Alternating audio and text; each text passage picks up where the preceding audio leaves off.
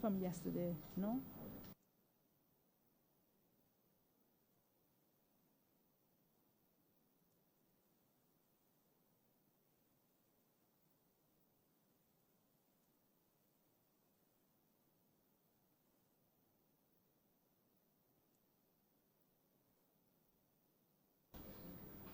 We continue with the honorable member from Christchurch, West Central.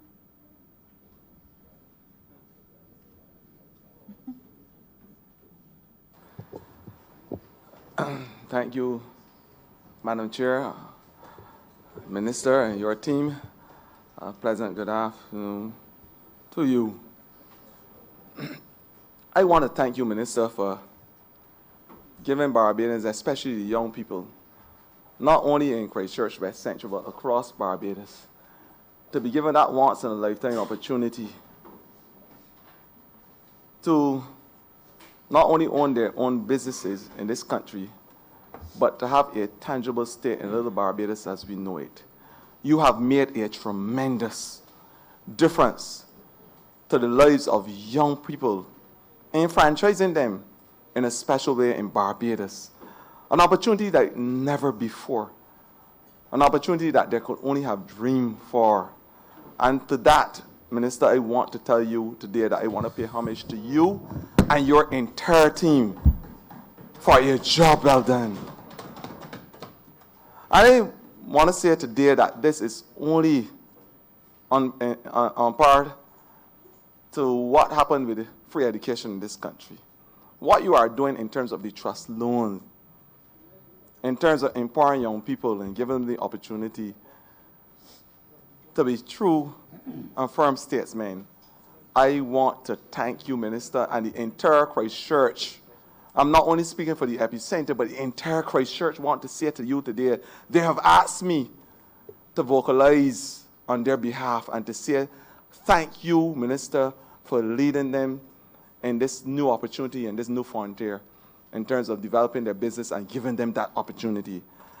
Years ago, Minister, there was a trust to have the persons in the condiment industry forming clusters and groups so that they could capitalize on orders in bulk and so that they would form these, we call the cooperatives as we know it, and groups so that they could improve their businesses, improve their training capacity. I want to ask you a question, Minister. What and how do you see the trust loan being involved in creating these clusters so that they can capitalize on trade opportunities and to capitalize on ordering in bulk and to forming those cohesions that are required in order for businesses to be successful and to form their own market spaces and things. So I want you to explain to us what you are doing in terms of forming these clusters and the trust loans and how you see this new dimension going forward in terms of helping Barbadians to understand that if they work hand in glove, that they can achieve beyond the stars as we know it. Minister, thank you. And I assure the members of the ministry and particularly the general manager of the trust loan, the staff, who I'm told are tuned in, and the chairman of the trust loan who's sitting next to me, heard your congratulations, words of congratulations to the team. But Minister and member for Christchurch West Central, similar to your building out the youth farm and doing good work with the young people to give them an opportunity. And that speaks, Minister, to the whole aspect of growth in this economy, not by the trickle-down effect, but from the bottom up. And whereas the trust loan speaks to up to $5,000 in loans, we have within the ministry the cooperatives department that I spoke about that can give you the reach and the economies of scales in your grouping as you seek to leverage your product offering overseas, regionally and extra-regionally. And I go there before I talk about the clusters because the member for St. Philip West. I think it was in 2018.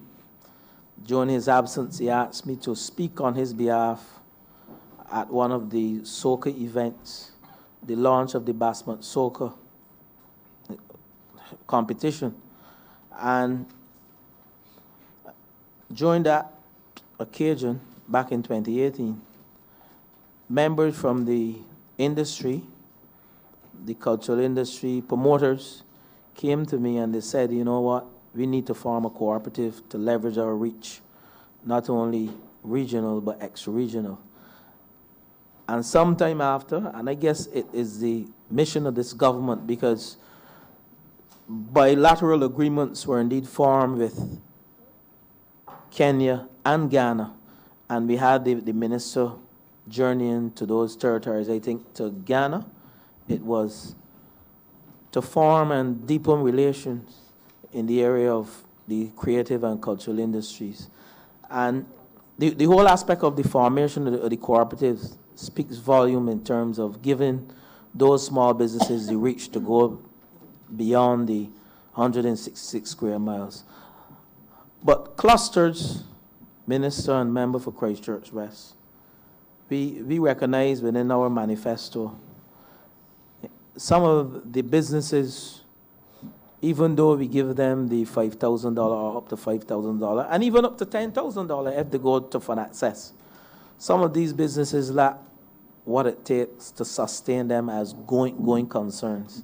And when we speak about clusters, we speak about both geographical clusters and community clusters, whereby we utilize the hand-holding approach within the various communities, and we rely on some of the mentors, those persons who would have gone through the hornpipe and the challenges and the obstacles with respect to their businesses, but at the end of it all, they came out successful. And we want to use the community approach to clusters to allow persons within the communities to mentor some of these businesses, whether in the apparel industry, in the cultural industry, in the renewable energy industry. But you recognize that some of these businesses are in their embryonic stage. And when we use the cluster approach, that is one of the avenues through which we will build businesses through the communities. So, Member for Christchurch West, this ministry, West Central, sorry, I said the member for Christchurch West because he's still lingering in my mind. He asked me about 8 questions yesterday, but no problem. We are focusing holistically on building up clusters within the communities with a view to help our businesses continue as a going concerns. I spoke yesterday with respect to some single practitioners are coming to the Office of Supervisory of Insolvency filing for bankruptcy. And it is simple, they're not bankrupt, but they have not been able to manage the state of affairs as it relates to prudent financial management. So yes, we are utilizing clusters, and it is one of the policy initiatives by our government and indeed by our ministry that you'll see rolled out formally in the year 2020-2021. Thank you. I also want to say that the blockpreneurs are telling you, sing your praises as well for giving the opportunity to have these loans so they could augment their businesses.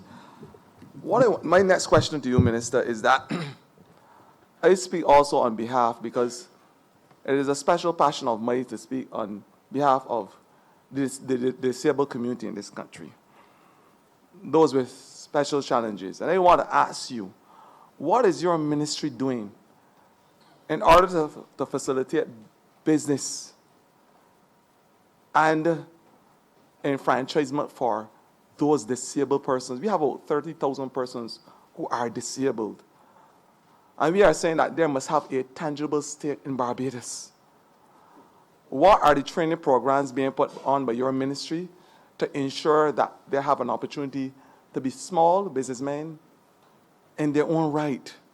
And I want you to expound on what is being done for the disabled community and how you see the disabled community as being an important cog in your ministry and the drive behind businesses in this country. Thank you, Minister and Member for Christchurch West again. This government, West Central, this government prides itself and its policies on one where no one will be left behind. And indeed, Minister, I go back to November the 5th, and as articulated in the manifesto, we recognize that people with disabilities are indeed people who can carry on business just like any other person who would have been to any of the older secondary schools or the newer secondary schools. And we said in our manifesto that we will provide some space in terms of utilizing the people with disabilities for procurement and indeed to build out the micro, small, and medium enterprise sector. I think it is for jobs value less than $200,000. Now, and that is articulated in our manifesto. I didn't speak verbatim, but you can find the page. I think it's page 17 of the manifesto. Minister, on November the 5th, when we launched the Trust Loan Fund, when we opened the unit, the first person that received a trust loan was a person with disability. And I had Minister at the time, and the Prime Minister, the acting Prime Minister, the substantive Prime Minister was out the island away on duty. I had the acting Prime Minister, the member for St. Andrew, and he was there along with some other members of the cabinet. And I can report that as at February the 26th, we have thus far disbursed 25 loans valued at over $100,000 to people with disability, to persons with disability. And it speaks to our mandate as a government. We will not leave anyone behind. Persons with disabilities, indeed, during Disability Week, I journeyed to Norman Center and I visited that area that was allocated for persons with disabilities to ply their trade. And if you want to see good art and craft, you visit those persons with disability who are very good with their hands. And I say to you, the doors are open at the trust loan. The doors are open at Fund Access.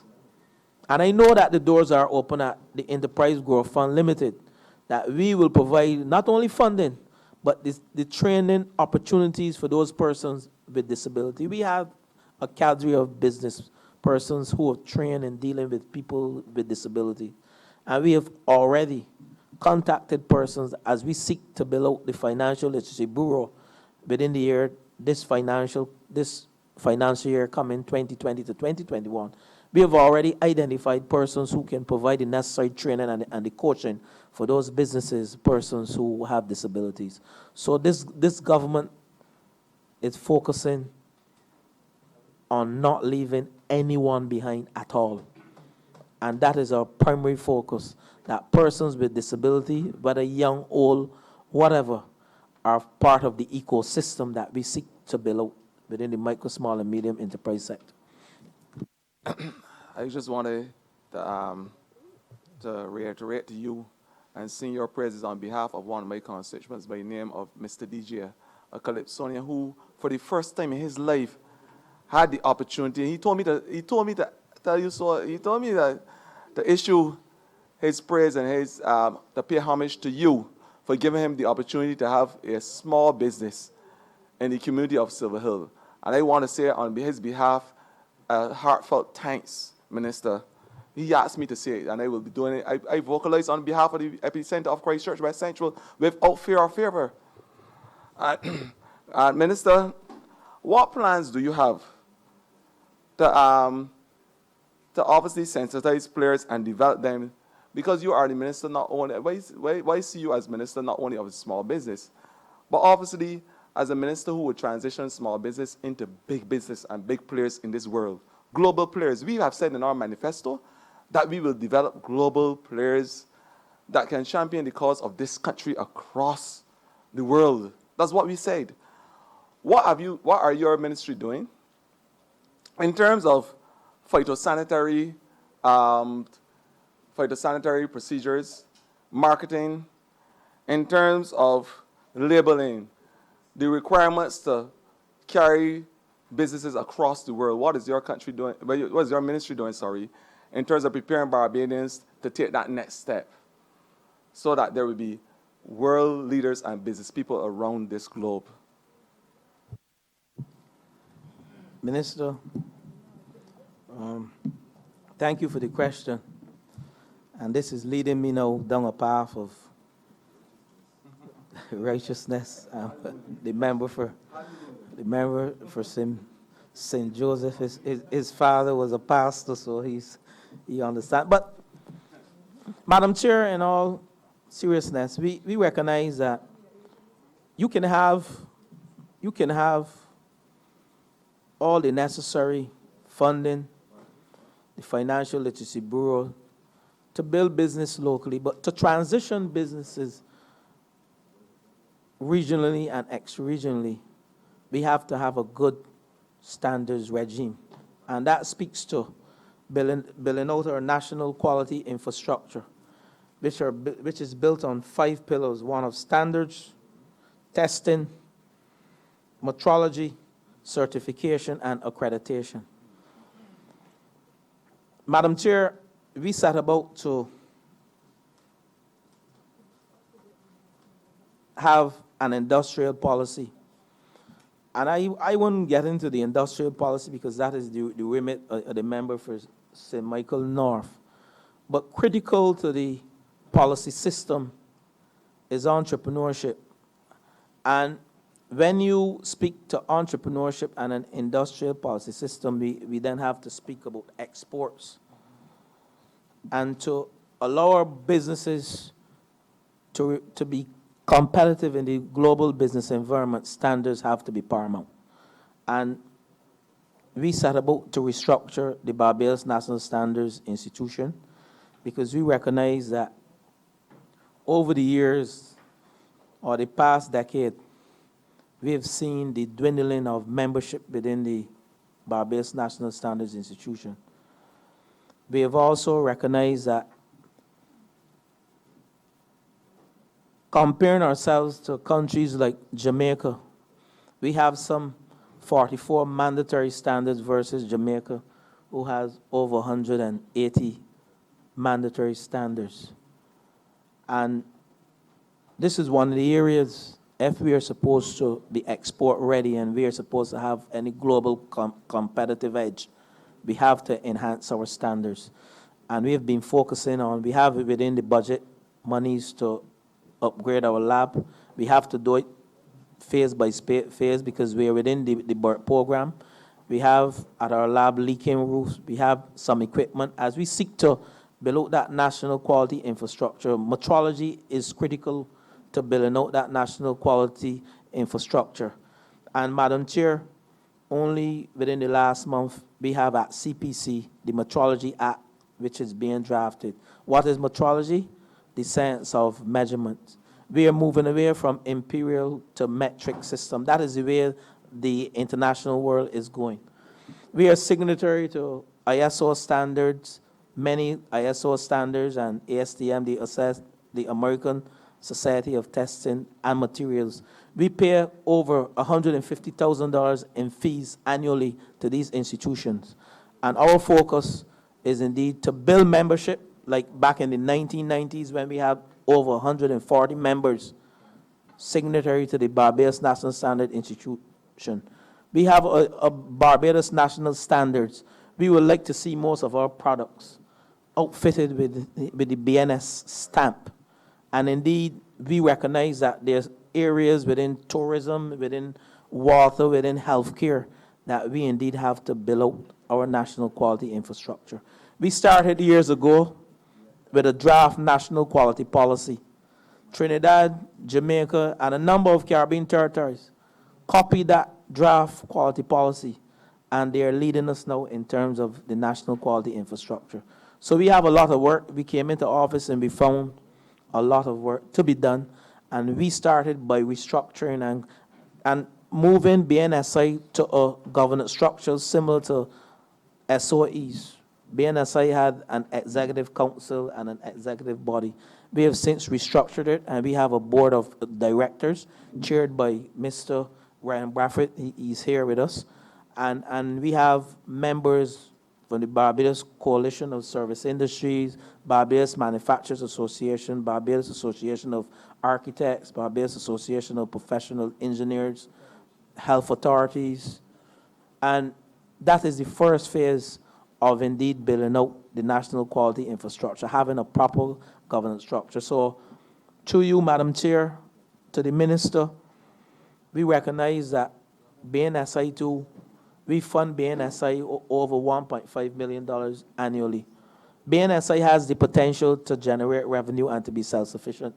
Not 100%, but at least 50 to 60% of BNSI's revenue to cover its expenses can come through standards and having an accredited body as it relates to solids and materials within the construction sector. So we are on our way, and this year we are looking at improvements in our laboratory to address metrology issues like the breath analyzer testing and standards within water, the water meters. So several things we are doing with the Ministry of Energy and Water Resources, and also within the Ministry of Tourism. Later, I would allow the acting director of BNSI to speak to you on some of the more details with respect to standards and how we intend to build out the national quality infrastructure. I hope I would have answered you.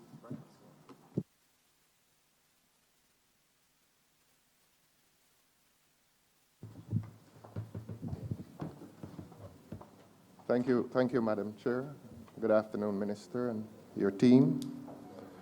I just make the initial comment, Minister, that I listened to you much of yesterday and obviously today, and I'm sure you've impressed your national audience with your zeal and passion for the mandate that you've been given. I'm seeking permission, of course, to refer to the trust loan scheme. I think that is where much of the energy is devoted over the course of your presentation. And listening to you, I get a sense that that scheme is intended to do three things, broadly speaking: to reduce unemployment, and of course, consistent with that goal, to create an entrepreneurial class, and of course, the more lofty goal is always that of achieving growth in the larger economy. Of course, they must always follow the caution that the initiative should seek to avoid the specter of paternalism. One does not wish it to appear to be benevolence. One always wants to impress the public that this is a serious financial and economic enterprise, and that you're interested in creating a genuine and a genuinely autonomous class of business persons.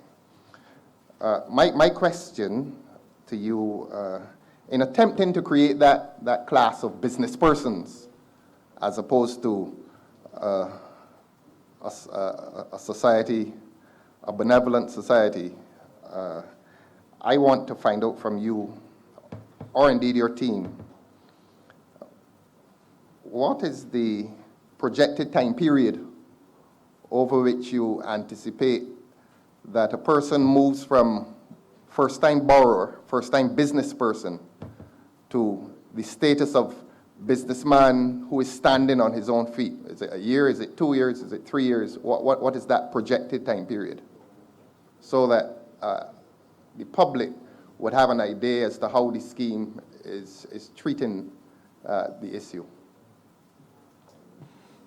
Thank you, Member for Christchurch South. First, let me begin by saying to you that the seriousness of this program is articulated again within our manifesto. And government will provide $10 million per year for each of the next 5 years. And I'm sure we would have heard the Prime Minister articulated that this program will be a program for as long as this government is in power, is in office, sorry. Don't use the word power, Madam Chair. And indeed, yesterday I articulated the difference between the micro, medium, and small enterprises. And it varies from the level of the categories that I have indicated. But I would want to say to you, I see 4 to 5 years as a reasonable time for those micro businesses to really stand on their own. I don't see it. Some may do exceptionally well and come to shore within less than 4 to 5 years. But I see with the requisite training and the hand-holding, and indeed giving them the necessary policy space, 4 to 5 years as a reasonable time frame for those businesses to stand on their own, those micro enterprises. Thank you very much. Dr. Masco. I will allow the chairman of the trust loan to enter at this stage as well. Good afternoon, Madam Chair. The first thing I wish to respond to is that it is highly unlikely that a government that secured 78% of the popular vote could be accused of discrimination. It is very highly unlikely. Any party that gets 4 out of every 5 votes could be accused of identifying someone who did not vote for it in order not to give it a loan. But the evidence supports here very clearly that this administration has not only given out close to 3,000 loans, spending just over $13 million, but it also took care of retrenched workers. 69 of the retrenched workers in Barbados came to the trust loan and secured loans. And we have the magnitude, we can give you that. And I can also tell you that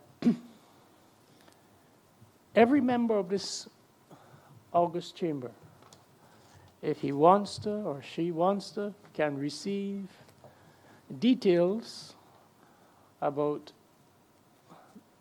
the loans by sector, loans by gender, loans by age, loans by almost any cohort that you can think of, by constituency. So if you want to know, and by parish as well, but also by constituency, if you want to know how many individuals receive loans from your constituency, you can be given that data if you're so desirous. As you know, it will take 11 constituencies to constitute, in quotes, St. Michael. 5 in Christchurch to constitute Christchurch. But the long and short of it is this, that we recognize the need to give opportunity to average Barbadians. And what we have done, without requesting you to bring all kinds of things as security, we have given average Barbadians an opportunity to engage in business and to create employment. And the evidence is here to show that.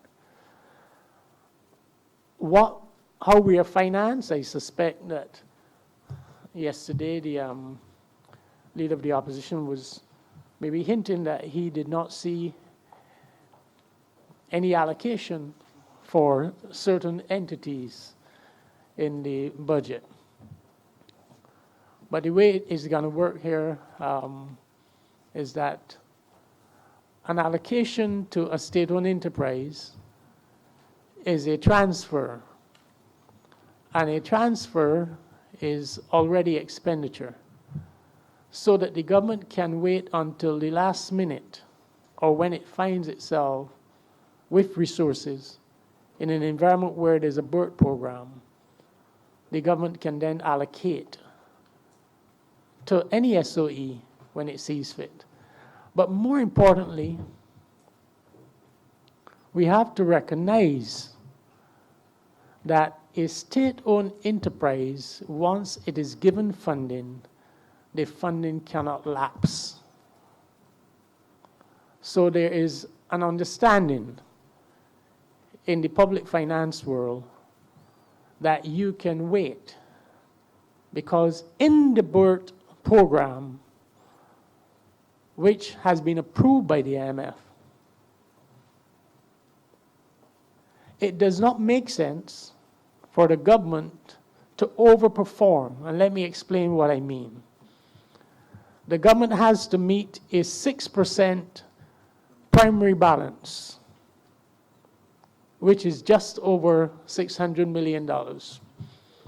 It is the only exam in the world that you do not want to pass excessively, because if you do more than is required, you have held on to expenditure that you could have put into the economy. In essence, therefore, if you are to get 70% in this program, you want 70%. If you're to achieve a 6% deficit, primary balance, you do not want 6.5, because 6.5 means that you left $50 million that you could have spent. And therein lies the difference in the preparation of estimates during the BERT program vis-a-vis the preparation of estimates in a normal year. Because you're seeking to ensure that you put as much as you can into the economy. In that vein, member for St.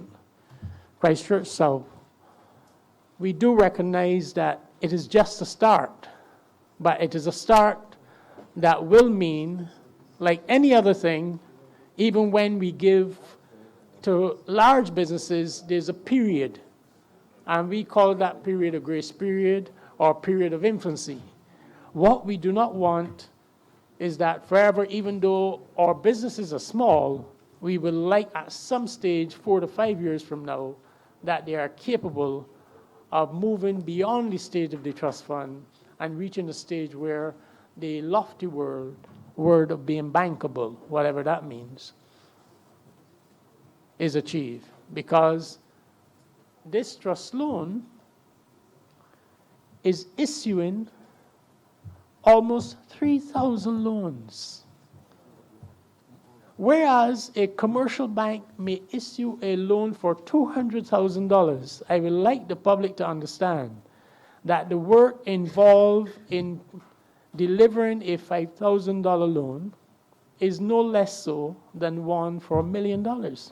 But understand and appreciate that the level of work that has to be done and surveillance that has to be done is multiple times more than a commercial bank would have. And therefore, when you look at the limited staff of the trust fund and see what it has delivered in terms of the quantity of loans, you would understand what productivity truly means in reality. Thank you. And of course, when I use the term paternalism, and I was asking that this was a caution to the public, not to the government, a caution to the public in terms of the relationship between the trust loan scheme and the public. And I was saying to the public that how I perceive this scheme is that it is business. It is business as opposed to benevolence, and that is what I meant when I was asking that the public should avoid the specter of paternalism. I don't, listening to all that I've heard, I have come to the conclusion that it is all about business. Now, I've heard the I've heard a lot of statistics, which are quite exciting. I mean, statistics really do tell an entire story. And one of the statistics that caught my attention early yesterday was the divide between loans to startup enterprises and loans to continuing enterprises. And I think the head of the loan scheme would have said, and I quoted him, a lot of applicants had existing businesses, and that caught my attention. My question would be, if the stats are available, what percentage of loans went to startup enterprise and what percentage of loans went to continuing enterprise?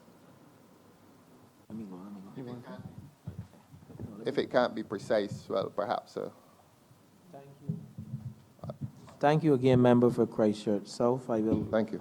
I have asked the general manager, and I have both the general manager and the chairman of the trust loan unit, one to my right and to my left. So I will allow the chairman to speak first, and then I would ask the general manager to give you the statistics. Well, oh, they're here. New businesses, 713. 713. $3,195,000, $449.22. Number of employees, 869. For existing businesses, 2,234 businesses, $10,165,296.88, and the associated employees, 3,185.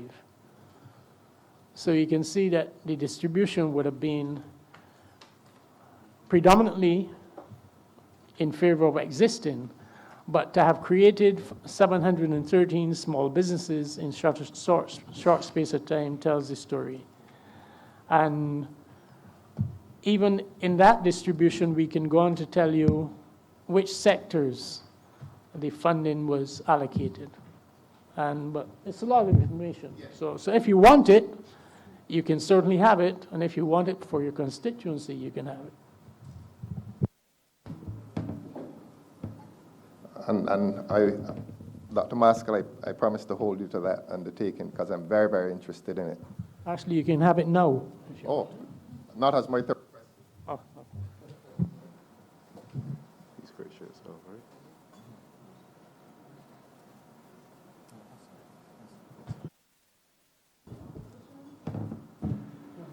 No, Madam Chair, Dr. Maskell is continuing this answer to the second question.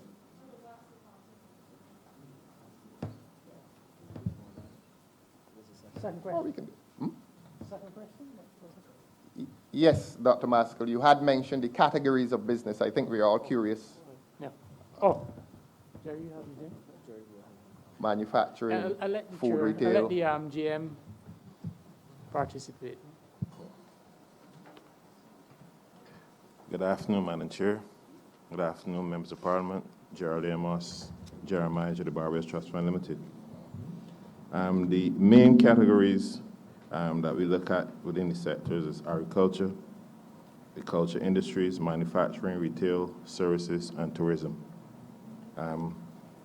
When we look at the categories, we realize that services dominate the amount of clients that we have at the trust fund, closely followed by retail sector. In services, as you would imagine, we have a lot of persons from the hairdressers, barbers, lawn care, all the aesthetics, things like that. In retail, we have predominantly vendors, shopkeepers, the likes. What we have realized from the statistics, however, that we need to work really hard at getting out to those in culture industries. I realized the minister spoke earlier about a speech that he made. After that, we did have some interest, but that pitted off after a while, but we need to concentrate really hard on manufacturing and agriculture. Tourism itself, we are still trying to reach out to some tourism players. But what we are doing is that we're paying a lot of attention to manufacturing, and we are partnering very close with the community development through the Ministry of Youth and Community to try to get into the centers for those who are actually doing manufacturing of different soaps and stuff, different products within the community centers. So we are actually partnering very close with them, and within this month, we actually are doing some training. We're doing some training at least 2 community centers, and all of those participants are into manufacturing. So we're concentrating very hard on that area. Thank you. And finally, Madam Chair, I'm not going to make any secret of the fact that certainly I have been referring people to the scheme, and I've sought to do this in a way that reflects some honest assessment as to the person's qualification for the loan. I also don't mind saying publicly that Mr. Amos himself has come back to the constituency and has given seminars to persons who have received loans, and he's given those seminars to persons who are interested in the scheme. So, Minister, through you, I wish to say, to express deepest gratitude to Mr. Amos for this hands-on approach.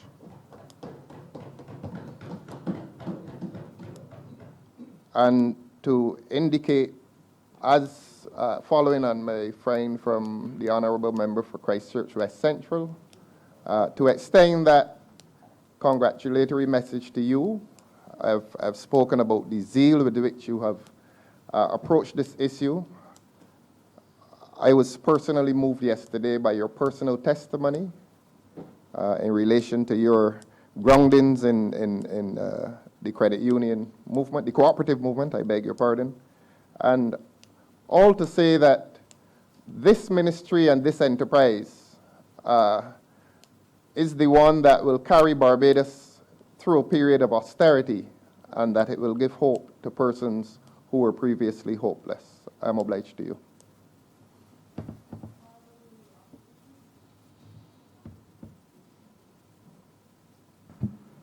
Thank you very much, Madam Chair.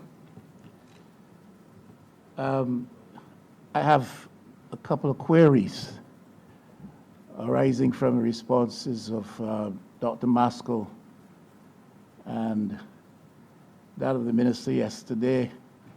These are outside of my 3 questions, Madam Chair. Do I have your leave to? I need to have some stuff clarified. I didn't want to interrupt Dr. Maskell just now, but these have nothing to do with the questions which I personally have. May I ask for those clarifications and then press on? Thank you, ma'am. Now, I asked a question about fund access last time we sat, and the absence of a provision in these estimates for that. And to me, the explanation I got from the Honourable Minister seemed to be different from that which Dr. Maskell gave today. At the same time, there is a repeated statement that the Trust Loans Program is providing for $10 million per year for the next 5 years. In the estimates, I see a provision for $1 million. Now, I haven't had any clear explanation as to that, and the fact that there seems to be some difference, some disparity in the explanation on the fund access provision given by Dr. Maskell today from that given by the Minister yesterday. This leaves me confused in a context, and I'm sure Dr. Maskell will clarify for me. You see, when you look at these estimates, you are very quickly attracted to the understanding that this government has provided loads of money for the engaging of consultants and for professional services. Now, I am on record as saying Dr. Maskell has earned his stripes in Barbados. Whereas I will continue to question the level of consultancy fees and professional services, I will never question a cent paid to engage Dr. Maskell's services because he has earned his stripes in his land. However, I need to have him clarify for me these matters of which I am a little bit confused as to why the fund access vote anticipated is not provided for, and how come his explanation differed from that of the minister, one? And two, how is it we repeatedly say that the trust loans program is a $10 million program annually for the next 5 years, but I see a request for $1 million. I ask that against this backdrop, Madam Chair, and that is that we have to deal with the vexing issue of transfers to state-related entities under the BERT program. One of the big areas of government, state, central government expenditure has been transfers to state-owned enterprises and state-related entities. Now, a layman like me will wonder if these numbers are presented in such a way. $1 million in the budget this year, in the estimates this year, for a program that provides $10 million annually for the next 5 years. Is that presented in a way as to give, an inaccurate, let me be very careful with my words, I don't want to charge anybody anything, as to not give a fully accurate picture of what is happening with respect to the monies going to the trust loan program, and is the same reflective in the situation with reference to the fund access provision in here. Are we trying, for the purposes of meeting IMF requirements, are we trying for the purpose of meeting those requirements? In that effort, are we not reflecting fully and properly the numbers in the estimates? I'm a layperson, and I'm simply asking that question. I have every confidence in Dr. Maskell that he will tell me fully what the story is. Madam Chair, to the member for St. Michael West, and we knew this was coming. Madam Chair, the reality is, and I said it yesterday, I don't know if the honorable member for St. Michael West heard me. And therefore, could the honorable member repeat it for me? Yes, I will. And if you knew it was coming, you should have said it up front. Madam Chair, he said I said it yesterday. And I don't know if that's up front or behind, but I did say it yesterday. Anyhow, Madam Chair, to the member for St. Michael West, as articulated yesterday, we said we're under a BERT program. We have nothing to hide as a government. We just sat over 5 hours and we discussed with the social partnership, where the member for St. Michael West, he was there. We always declare our hand to this country. And I came to this honorable chamber and I said that we have allocated to the trust loan for the financial year 2019-2020, $15 million. Funding for the trust loan will come from the Industrial Credit Fund through the central bank in the form of dividends, that was said. If you need any further explanation, we can give him to both the Trust Fund Limited and to Fund Access. Funding for the microfinancing entities will come through the Industrial Credit Fund, through the central bank, for the financial year 2020-2021. So in effect, it's coming off central government's books. Madam Chair, the member understands financing probably better than I do. And he understands very well that if it is coming through the Industrial Credit Fund in the form of dividends, it's not coming from the consolidated fund.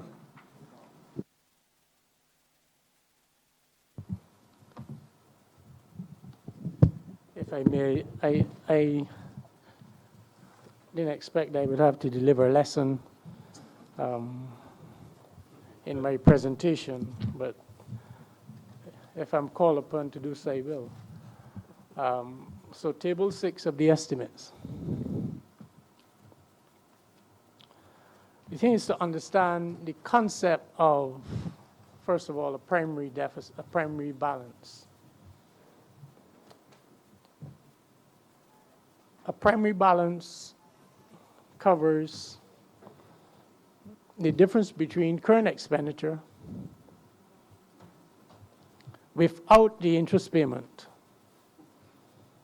You take that current expenditure, you minus it from revenue, and then you add the capital program of the government. So if you were to look at table 6, you will see that the expense for the coming fiscal year, interest expense, is $360.1 million.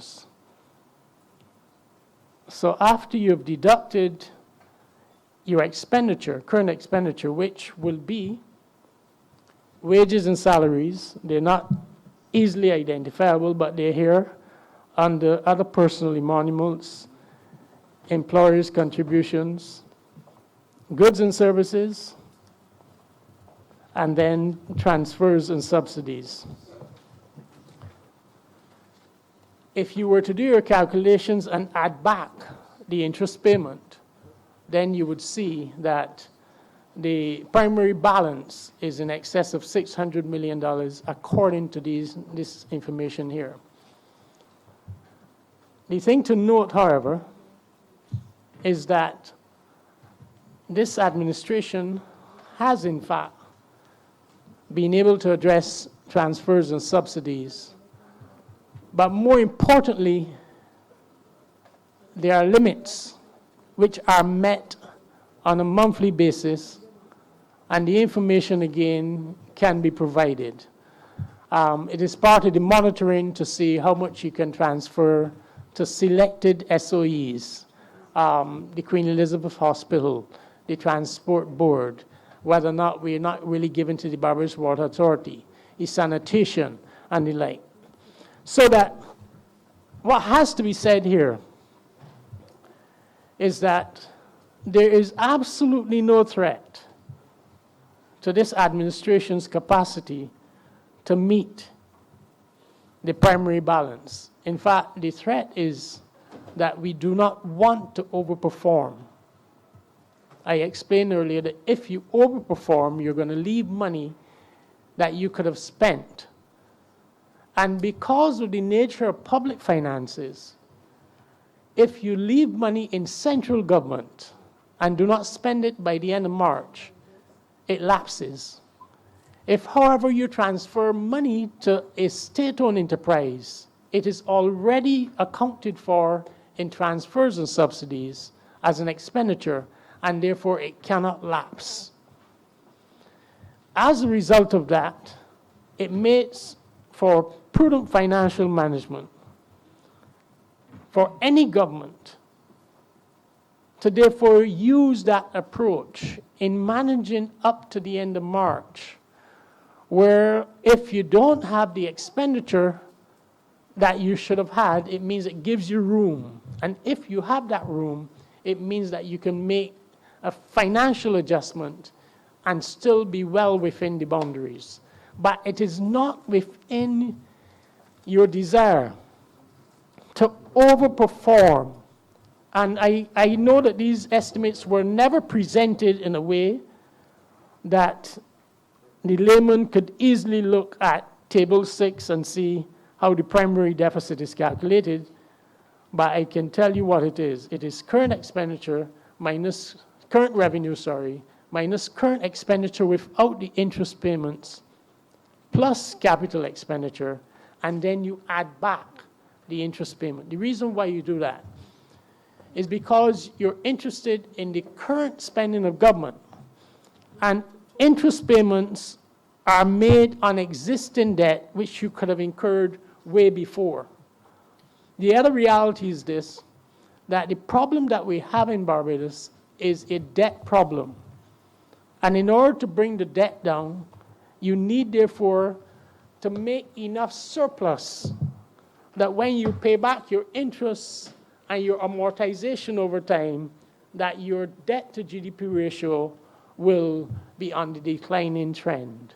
And that is the essence of the program in which we are in, the BERT program. It is an attempt, not an attempt, a gallant, exciting effort to reduce the 175 debt to GDP ratio to 60% by 2033.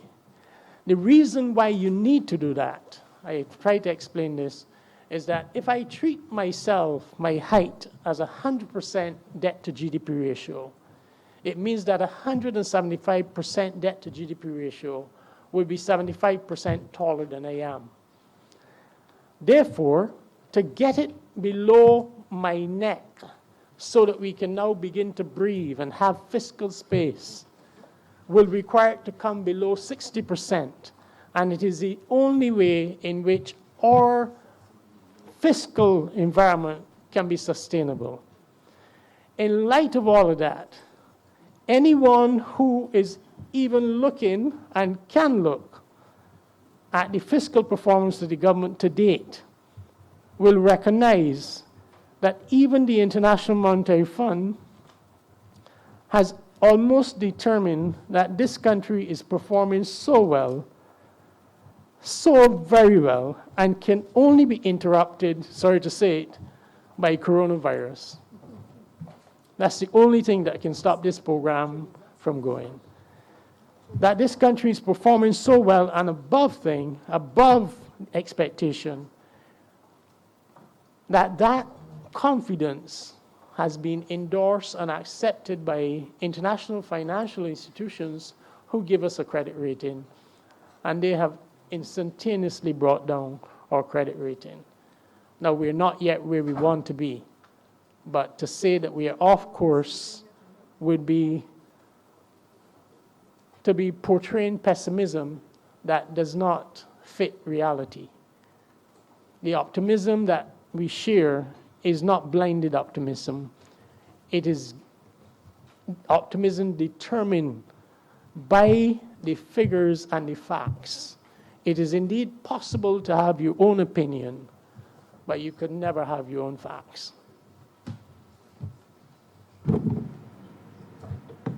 I thank Dr. Maskell, Madam Chair. Lots of answers given. Unfortunately, not to the question asked. And therein lies my problem. Maybe I need another lesson. Okay, you didn't pick it. Because essentially what you need simply to say to this chamber is that, yes, these estimates on the face of it says we're giving trust loans 1 million, but in fact, we're giving them 10. These estimates don't show that we're providing for fund access, but in fact, we're giving them 15. That's all you need to say. That's all you need to say, and in simple terms, tell us why you're not representing the 10 and why you're not representing the 15. Bypass on from that, because I'm slow at these economic matters. Another question, Madam Chair, which comes out of their responses. It has to do with constituencies. The minister introduced this yesterday, and I let that pass outside the house now. You know, because the truth of the matter, Madam Chair, if I were sitting in his position, and I wanted to convince the honourable member for St. Michael West that there has been no disparity in the way these trust loans have been dispersed and distributed, I would not have said that St. Michael West got 2 of the first 10.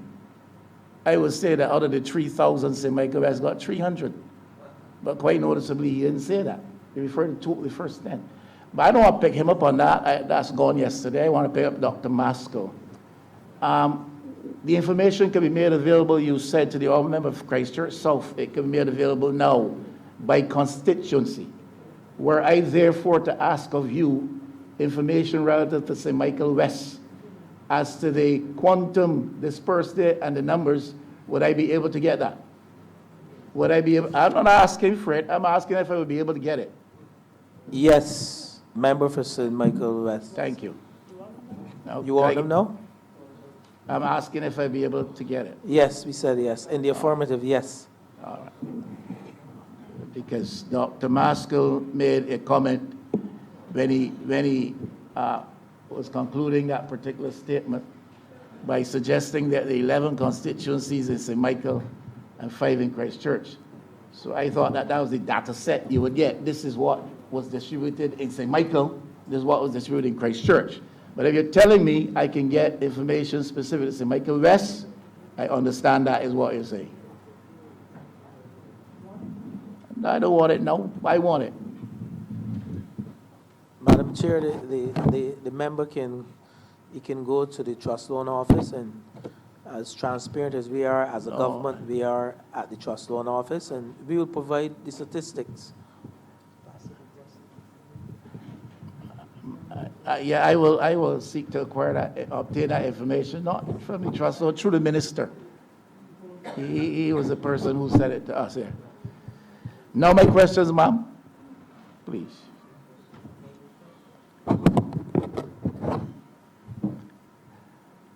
I want to ask of the minister or his team, as he would designate, what is the contribution to employment of the manufacturing sector in Barbados now?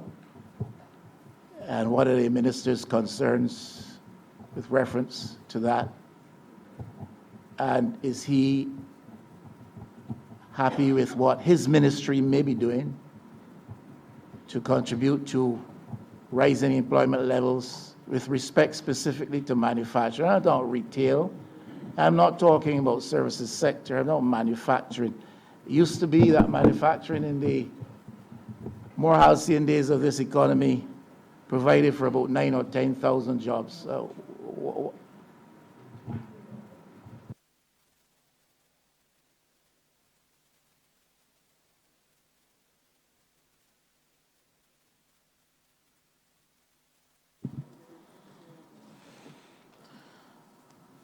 Madam Chair, while I recognize that small business, indeed, we quoted some statistics here, and we recognize some members fall within the manufacturing sector. The whole policy initiative and the management of the manufacturing sector falls within the purview of the Minister of International Business. But nonetheless, I will seek to provide some statistics for the small micro enterprises in terms of. It is said that, and these are some of the stats,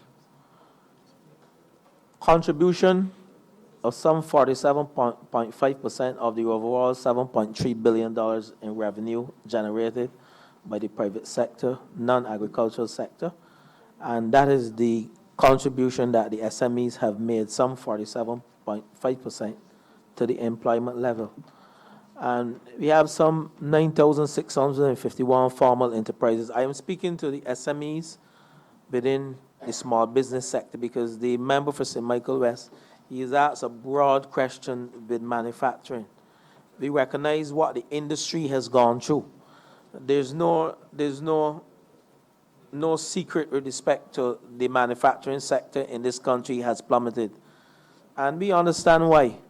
But we have seen some progress within the SME sector, which falls under my purview as it relates to enhancing employment. And we have some 75,000 persons in the services sector employed, and this is outside of the trust loan. 3,800 in the agricultural sector, 21,000 in the industry. And to the national value, SMEs have contributed some 64.1% to our economic value in this country. The broader manufacturing sector, yes, we are presently formulating an industrial policy. We recognize we have to revive manufacturing. I don't want to get into those details. I mean, we can discuss, we can share with the member for St. Michael West what we have done thus far with respect to the policy initiative to revive the manufacturing sector. And we recognize there are some key pillars that we have to focus on. Entrepreneurship, which falls within the SME sector or micro, small, and medium enterprise sector, as well as a focus on technology and an ICT platform. Gone are the days for incentives, whereas we will create the policy space for our manufacturing sector to be revived. We wait until our policy has been finalized to come up with the comprehensive plan, and that work should be done, I think, within the next month, whereby we will come to the country with a comprehensive industrial policy that speaks to the manufacturing sector.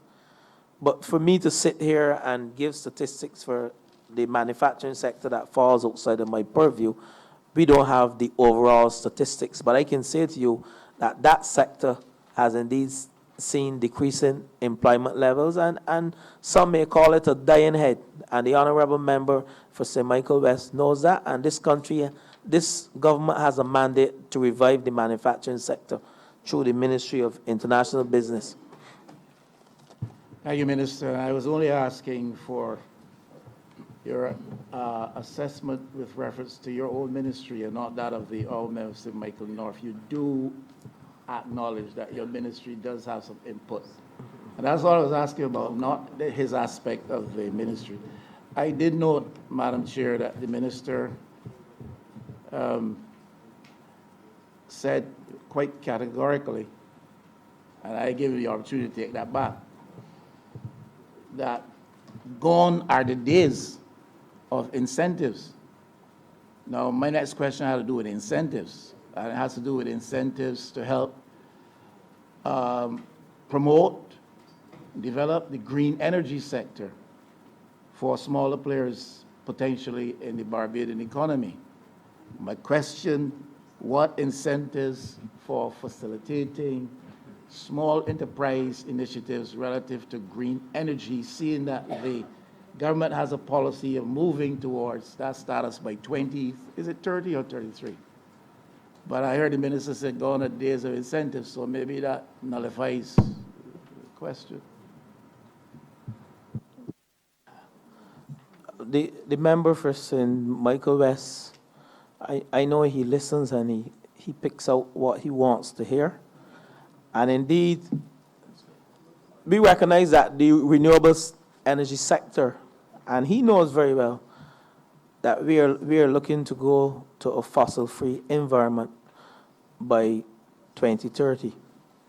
And yesterday, and I will ask the Director of Utility Regulations to come and take the seat where the General Manager of Finance is.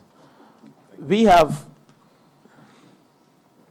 within the last year, recognized that the renewable energy sector is vital not only to create a fossil-free environment,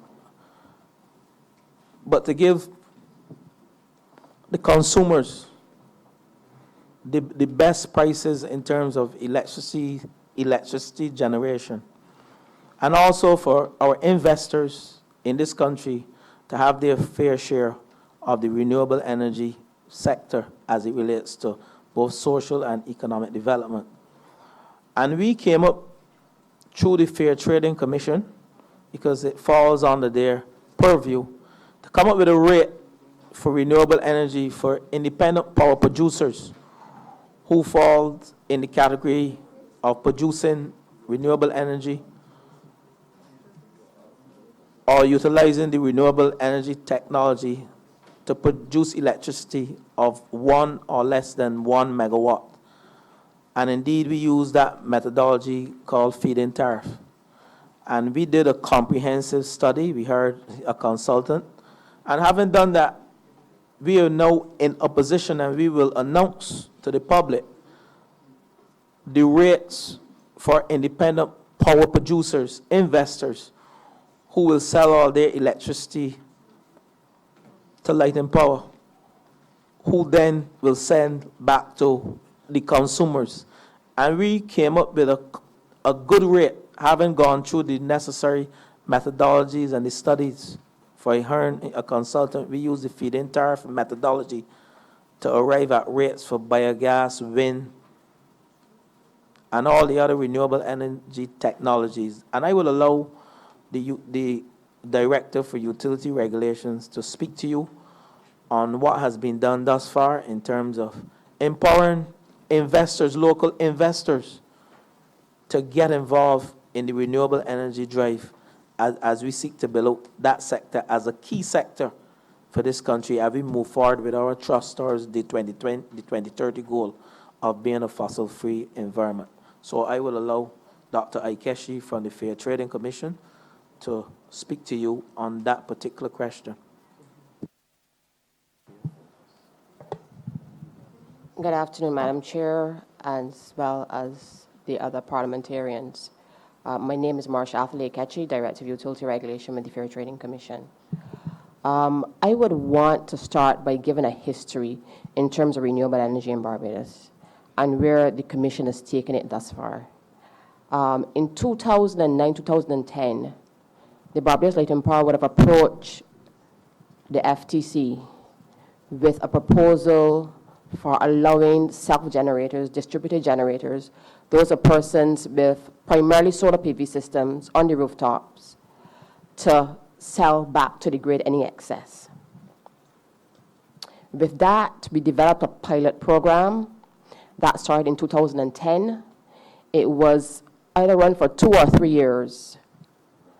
Then we transitioned that into a permanent program with a rate that was linked to the cost of fossil fuel international market. That was changed from, I think, 1.8 times to 1.6 times at some point. And then in 2016, we also determined that it was time, the sector was ripe enough, the technology was ripe enough for us to move away from the link with fossil fuel and have renewable energy valued on its own merit. So we moved from a voided cost type of system for valuing renewable energy, one based on the renewable resource cost. That was done at a time when there was recognition that the sector was facing some significant challenges because it was facing reducing oil cost. So they were no longer being deemed competitive. We recognized that this was a fledgling industry that we wanted to shore up. And we took that position to change out to resource-based cost. That was done at the time in 2016. Solar PV then would have been 41.6 cents, while wind, which is hardly utilized, was around that vicinity, but I think it was slightly higher or slightly lower. So that was one of our first steps in terms of ensuring the viability of renewable energy suppliers in Barbados. Those persons that are going and installing systems on houses, for example. At that time, there were about 20 solar installer businesses in Barbados. That dwindled to some extent, and I believe that now we are seeing a surge in that regard again.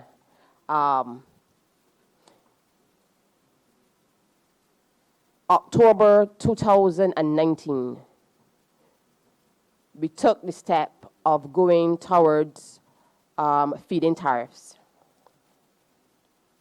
Prior to that, it was referred to as a renewable energy rider. And we expanded the scope to systems up to 1 megawatt. Prior to that, it was up to 500 megawatts.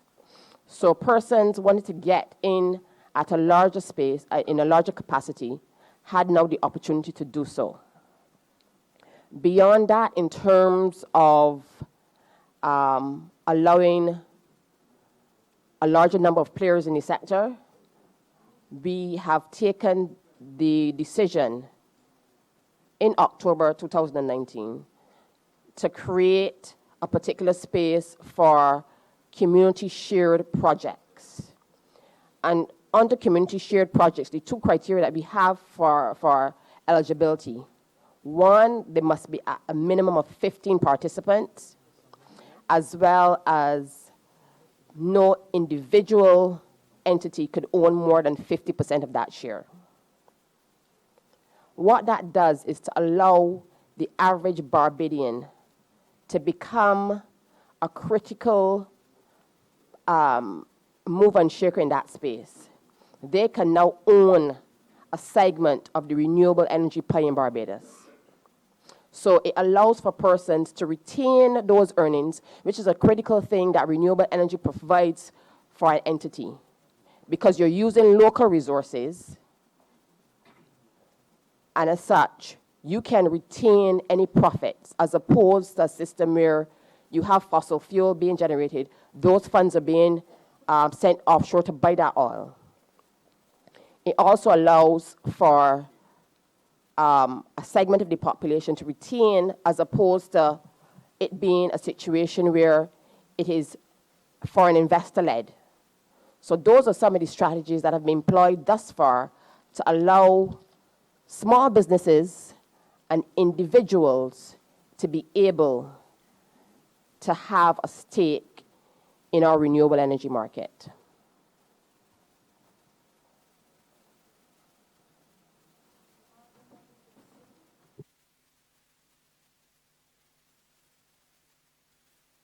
Thank you, Madam Chair. Sorry that I have to go back to this subject because I know that this ministry is a lot more than dispensing trust loans. But the inner man tells me that this is something that I really have to say because this is very, very, very important to me. I represent the constituency of the city of Bridgetown, a constituency that I spent my formative years living. A constituency that as a boy, it was far easier for persons living in communities within this constituency to be denied a job based on the address that they had on the application than it was for a hawker or the snow cone or snowball man to be able to borrow $500 from a bank. So that for me, the advent of the trust loans is one of the most significant and progressive steps in any direction that I've seen since I became a member of Parliament.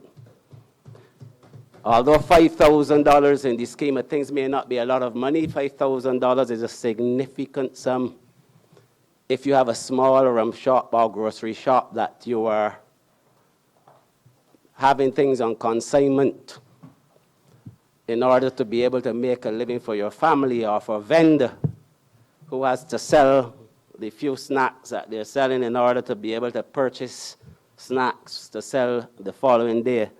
Or if you're a seamstress or a tailor, and finally you have the opportunity to purchase a machine that will not only accelerate the rate of production, but also allow you to produce more so that you can earn more. In other words, a large number of persons who would have been denied the opportunity to have their dreams realized. So this trust loan has done a considerable amount of good for people coming from the constituency that I represent. And although I cannot sit here and say with any degree of certainty that everyone that had a trust loan did exactly as they said they would do, because I don't know, but I know of sufficient or enough persons who have done well and who have been able to either start a business or continue a business in a way that they would not have been able to do without having the opportunity to borrow $5,000. And so I say thank you very, very much to the minister and his team who have been entrusted with the responsibility of administering this trust loan. But my question is, given the way things have been going so far, have you had many or any applications from persons who would have been able to graduate from a $5,000 loan to a $10,000 loan? And secondly, and related, and then this is the end of me, have you started to construct that bridge or that nexus that would see people transitioning from a trust loan to a fund access loan, for example, which obviously would give an indication that things are growing and perhaps they're employing some of the people from the same areas that they live in and are working in. Do you have any plans for doing that? Because for me, I would jump for joy if I could see people graduating from the infancy of the trust loan to the adulthood of a fund access loan. Madam Chair, I don't think you're allowed to jump in this chamber. And I certainly won't want to see the member jump at the stage, but you can jump when you're on the outside. I would allow the member, the general manager for fund access, to take this question. Good evening again. Just to respond to the first question as it relates to the graduation to the $10,000. Currently, we have some applications under consideration. However, we are taking the fact that we have some 1,100 applicants that are still outstanding to receive the $5,000 for their first loan. So we are being very careful to make sure we try to honor those that actually need the $5,000 before we move on to $10,000. However, we have a draft memorandum of understanding with Fund Access for a graduation program. What we are seeking to do, however, is to have the Fund Access business development officers work closely with our business development officers so that when we are making that transition to Fund Access, is a smooth transition. So if we identify an applicant who wants 10,000 or more, we will actually engage Fund Access from very early with that client so that our business development officer and Fund Access business development officer can actually interact with that client and help them to move from one stage to the other. Notwithstanding the fact that they must meet some criteria. They must have attended our training and they must have followed certain guidelines and did the things that we have in place to ensure that they are ready to move to the next stage. Outside of Fund Access, we also look to engage the credit union movement, have preliminary discussions. However, we still are trying to pin that down to some memorandum of understanding. I don't want to actually speak on the banks right now, but because the first attempt was not successful at all in trying to get that done. So we are going to work with Fund Access to try to achieve the graduation process. Thank you very much, and congratulations to the team. Thank you very much, Madam Chair. I too want to echo the sentiments of the representative for the city in congratulating the Minister and his team for what I consider to be transformational at this juncture of our development. But I also want to go back to something that the State Amos would have mentioned. He said that at some point in time you were engaging with members of the cultural industries and then it sort of petered off. If I can just say this, and I'm just making a comment. For many years in Barbados and across the Caribbean, I could say, the members of the creative and the cultural industries have struggled to find capital to do projects and to do very many things. Traditional lending agencies would always see them as high risk, and we know how risk averse people are, and that was a major problem. But you need, at this juncture, from all the things that I've heard, you probably need now to reach out to that particular sector in a complete different way, in terms of being able to let them know what is available. One of the things that you're going to have to face is the requirements of guarantors and stuff like that. If you live in a society where people believe that the cultural and the creative industries can only make money in other territories and not in Barbados or the Caribbean at large, there are some things that you're going to have to do differently Otherwise, they would never be able to get guarantors for these loans and whatever. And we have to begin to think in terms of what risk are we prepared to make in order to get that particular sector moving. For instance, if someone didn't take risks in terms of Hollywood, in terms of Silicon Valley and these other things, they would never come into existence. And even though we still believe that our societies or our numbers are small, we are really operating in a global space. And the Minister made the point earlier when you talk about wanting to export and that sort of stuff. Manufacturing for many years has never been able to export in the numbers that might be required. But I would like to humbly suggest to you that the cultural industries as they stand do not need things like raw material for high prices and these sort of things in order to be exportable. And that the time has come where that particular sector, which I am proud to be responsible for in a way, has the capacity to transform the Barbadian economy and by extension the Caribbean. And I just want to know going forward, what are some of the things that you're looking at? Because I know you've started some really good work, but I want to know a little bit more about some of the things for the benefit of those who may be listening that you're working on to actually empower that particular sector. Madam Chair, thank you, member for St. Philip West. And indeed, we've had several conversations, and we understand the challenges with your industry, like you rightfully mentioned. And yesterday, I mentioned some of the incentive schemes, and there's one that I will speak of, Madam Chair, the Enhanced Credit Guarantee Fund. This is a fund run through the central bank, and this provides guarantees or guarantor for persons who access loans of up to 80%. I think that fund is capitalized through the IDB with some $80 million, if I stand to be corrected. But that is how it is capitalized, through IDB. And currently, we have eligible businesses who can access that funding as a guarantee within the agricultural and the commercial and the industrial and services sectors. I will want to posit and I will want to suggest that the cultural industries be included in that category of eligible businesses, since that issue of access to capital is indeed a fundamental issue within our society. Whether peer-to-peer lending will be relevant, that is questionable within your sector.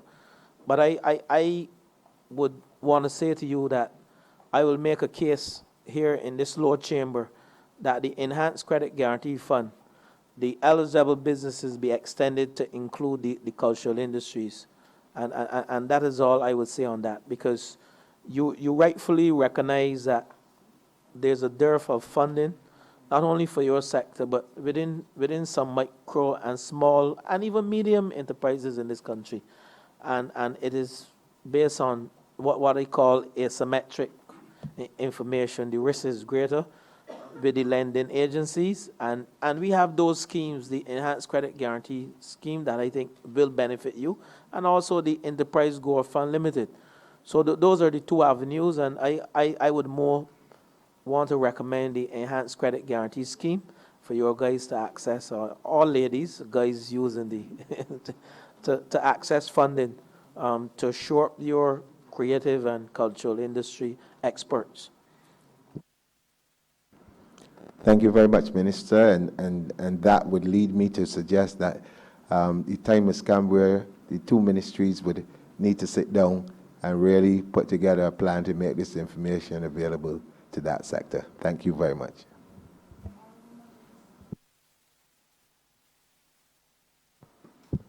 Thank you very much, Madam Chair.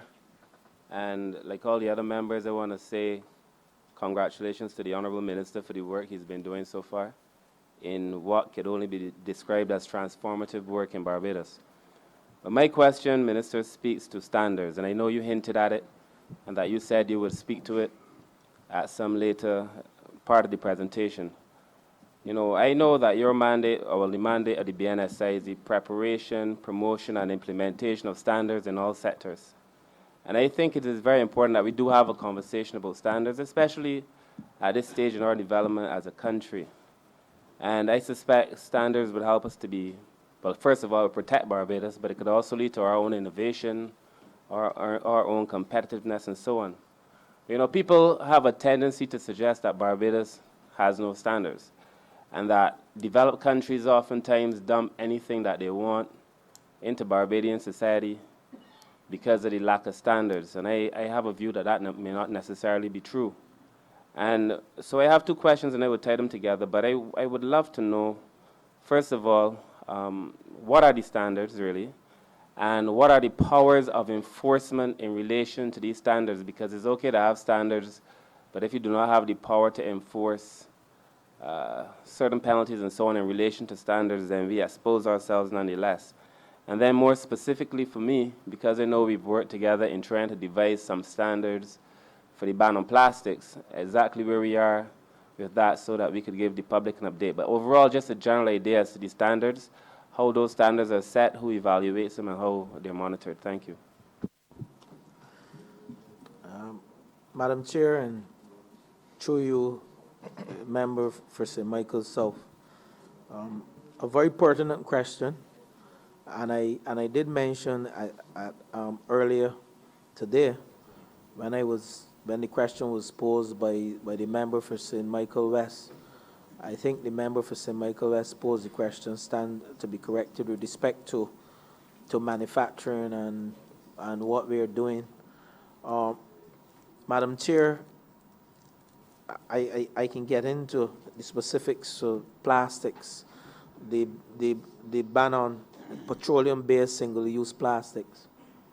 Presently, we have requested through ASTM, the American Standard for Testing and Materials, ASTM International, some 5 or 6 standards as it relates to